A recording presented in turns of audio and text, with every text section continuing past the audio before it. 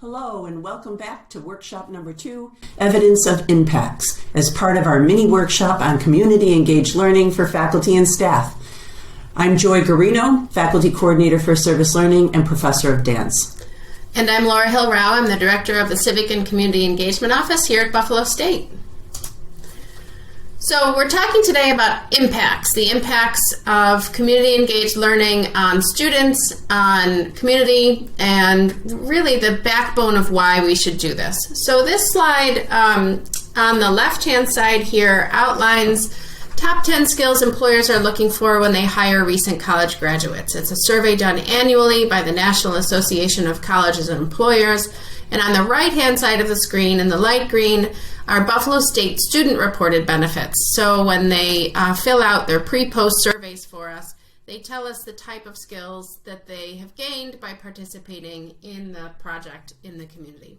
So as you can see on the two sides of the screen, many of these skills are the same. Communication skills, problem-solving skills, teamwork, analytical skills, real-world leadership experience, for example, are on both sides of those screens. And we show this slide to students during one of the orientations that we provide, and we can come into your class and do an orientation to help get students excited and help them understand why service learning is valuable.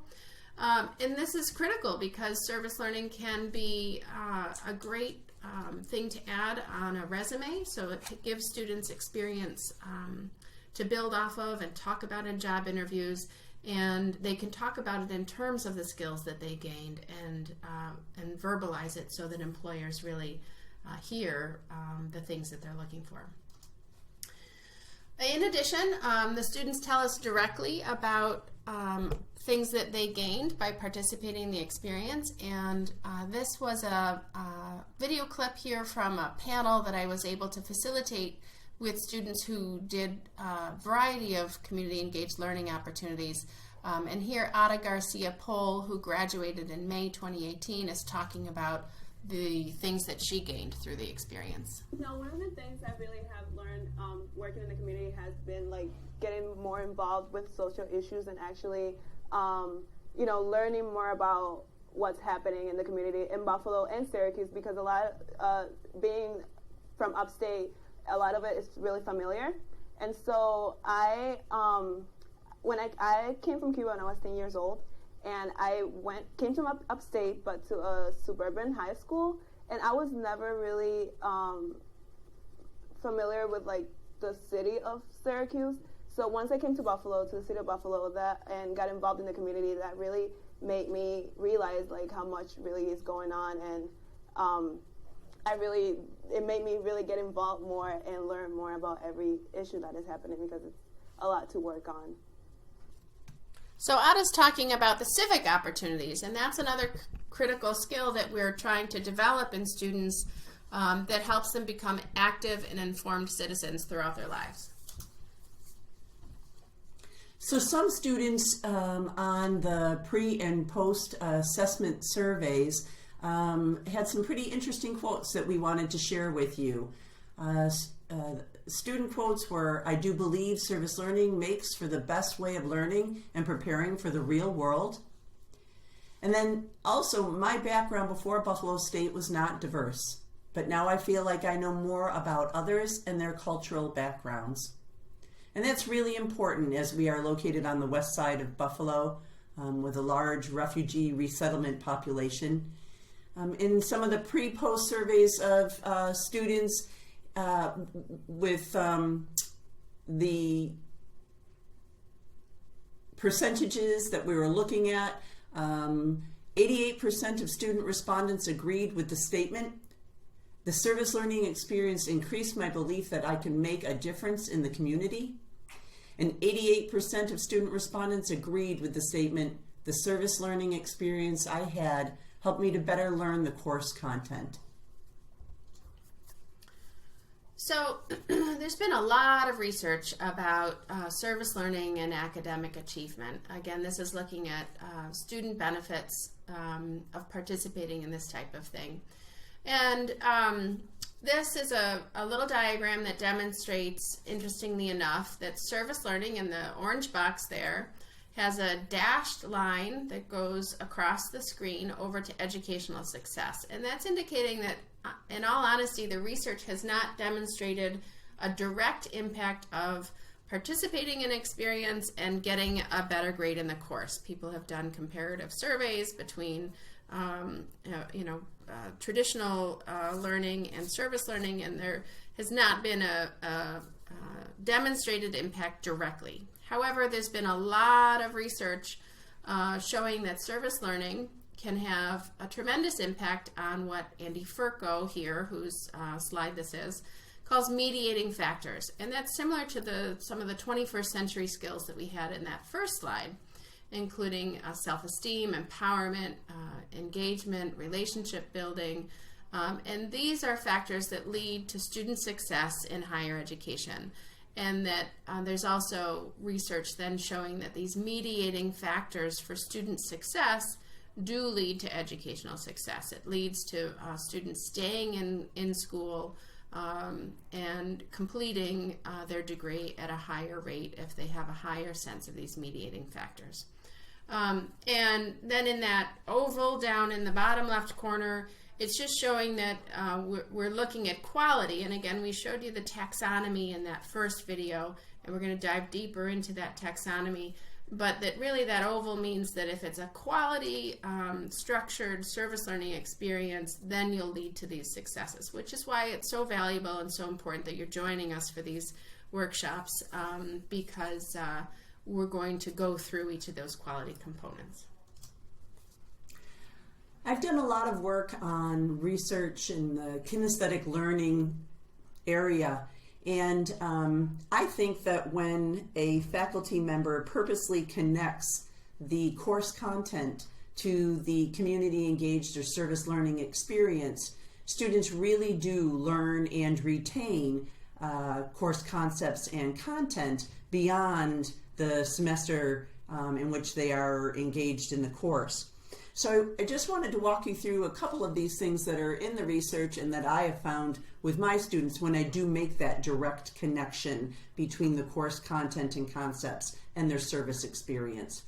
So it helps to develop these strong neural pathways in the brain. Sometimes we refer to these things as muscle memory because kinesthetic learning, of course, is physical, and the service learning experience requires the student to be physical. So as they're actually engaging in the activity, they're retaining that information as they're moving through the activity. It also helps the two hemispheres of the brain to be simultaneously engaged. And it's kind of interesting, right? In the service learning experiences, students are being creative, they're doing that problem solving, a whole bunch of those attributes that were part of Andrew Furco's list and what the employers are looking for. I think for me, though, most importantly is when you associate the concept to the physical activity, students will retain that information. It's kind of like learning to ride a bike. Once you've done it a few times, it stays with you and it will stay with you forever. Students have reported that when they engage in a community engaged experience or a service learning experience, they're very excited to do it again. Even if it's not part of a service learning course, they just want to volunteer for that organization. Abstract concepts become concrete. Many of our courses we're asking students to think about how they would connect their course content and concepts to real-world experiences. Well, in a service learning community engaged experience, they have that opportunity to have that real-world experience. And then last but not least, going back up, recalling using procedural memory, that motor or habitual memory, and that's what I was talking about. Once they've engaged in that service learning experience, it stays with them for the rest of their life, really. They are life-changing experiences. And when a student is involved then with another community organization, whether it be in a particular activity or if it's a civic engaged experience, they will remember when they did their service learning experiences, and all of those fond memories will come back and they will enjoy the experience even more. So we here at the CCE have done a significant amount of analysis of students enrolled in designated service learning courses and the impact that it has on their persistence and their retention. And we just put up one of many graphs we have showing what we were pleased to see as a pretty strong impact on their likeliness to re-enroll at Buffalo State the following semester. We also did a significant amount showing that they do return and are retained, meaning they come back the next year as well. So this graph shows a variety of impacts across ethnicities, and overall we saw a 10.5% more likelihood of the students re-enrolling this semester after taking a service learning course than if they didn't take a service learning course. And that's using 7 semesters of data, and so the student numbers are in that graph there down at the bottom. So we're thrilled with that, and obviously we're here always looking for good impacts on our retention and graduation rates, and so this can impact the institution's goals of retaining our students and helping them graduate. We've discussed a lot about how the service learning or community engaged work benefits our students, but because it's a reciprocal experience, we wanted to share with you too that there are benefits for our community partners as well. So we asked our community partners to provide some feedback, and 100% said that the increased the number of clients served. 98% said that the project helped better meet the community needs. 96% increased mentoring services, allowed them to increase their mentoring services. 100% said that it helped them to incorporate some new ideas. 98% increased services offered, and 98% said they make new connections. So these are pretty high numbers. We are thrilled that what we offer here from Buffalo State in terms of collaborative service learning, community engaged work is a very powerful, offers a very powerful benefit for our community partners. We didn't put any slides in here, but I just also really wanted to mention that there's a tremendous impact that can take place both for you as the faculty member in doing community engaged learning and on the institution, and those are important factors as well. So as a faculty member, this gives you new forms of scholarship that we touched on very briefly in number 1. And the CCE and the Civic Action Plan Committee are working to help faculty involve themselves more in the scholarship of engagement. In addition, faculty members often say it kind of reinvigorates their teaching. They just get so excited again about the student learning opportunities, and it gives them a challenge in the classroom, and we hear that time and time again from faculty. Also, the impact on the institution, I think, is really important and noteworthy, meaning that we have evolved over the past 15 years into this idea of being an urban engaged institution and being Buffalo's college. And as a result, we've achieved designation through the Carnegie classification system for our community engagement. We've received multiple awards for the work that faculty are doing in this realm and the partnerships that we've developed over time, and those are important and noteworthy. So just to wrap up, we have a few questions here for you to reflect on, again, just about the workshop, about this number 2 workshop. We won't read each of these just for a matter of time. But just take a moment and think about those questions before you move on to video 3 to make sure that you've captured the learning that we intended in this video. So thank you very much for joining us, and we will see you for video 3. Thank you. See you soon.